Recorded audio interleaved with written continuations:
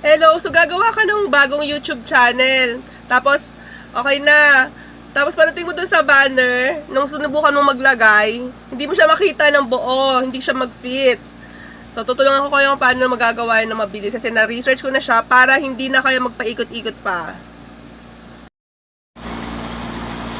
So, pagpunta mo sa YouTube channel mo para mag-upload ng banner, so ito yung makikita mo. Hindi siya magkakasya. So, ayaw natin, nung gusto natin mababasa talaga siya, diba? So, nung chinek mo yung baby bus, bakit ganun ang ganda nun sa kanila?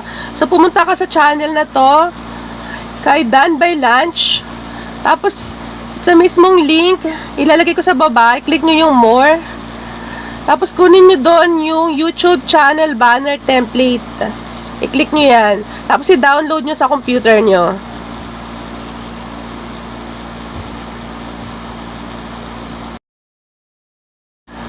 So, ito yung tsura niya sa computer pag na-download nyo na siya. So, punta ka na ngayon sa Canva, tapos click mo na yung create.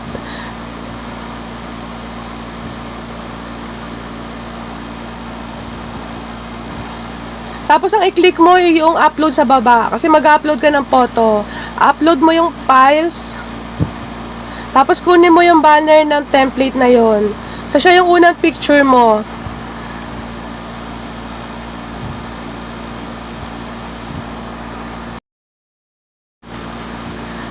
So, kapag nandiyan na sa Canva mo yung banner, so siya yung una mong photo sa slide.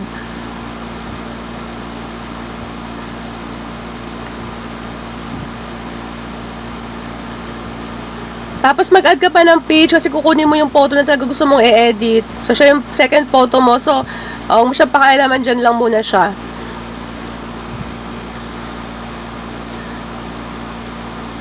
So, balik ka dun sa banner template mo. So, hanapin mo dun yung transparency sa taas.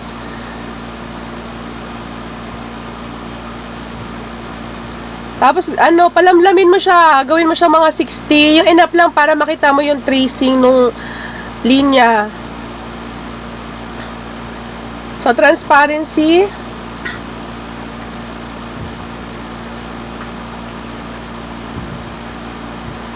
So, gawin mo 60 kung saan ka komportable.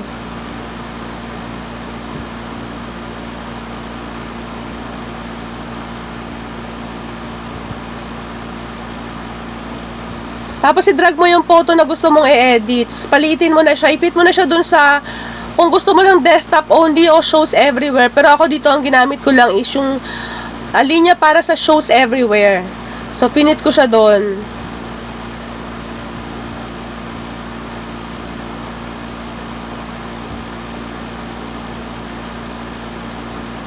So, usog-usog nyo lang hanggang sa makuha mo yung photo na gusto mo.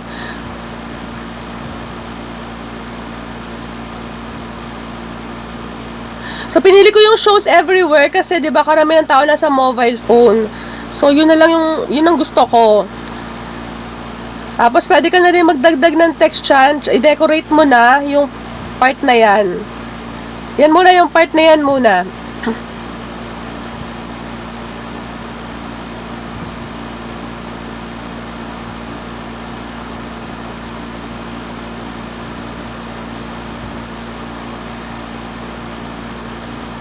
Tapos, para malagyan mo yung buong paligid kasi may desktop only tsaka TV only. So, kumuha ka ng, ng third photo. Tapos, ilagay mo siya sa background.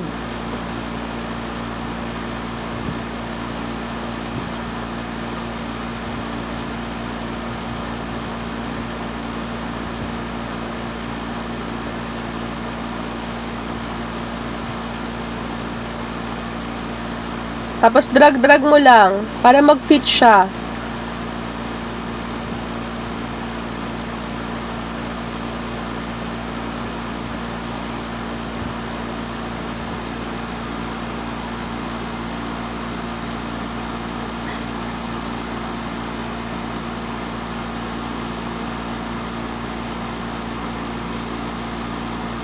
Tapos, pwede ka na mag-add ng mga text and decorations.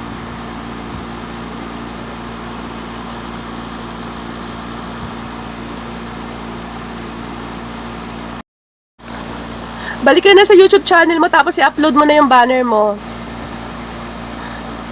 Tapos tara, so fit na fit siya doon para sa shows everywhere na para sa mobile. Tapos may design din naman yung desktop only tsaka TV only sides mo ng banner mo.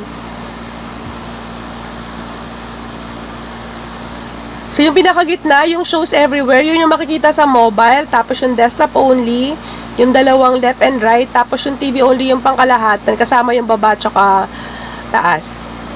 And then, i-publish mo na siya.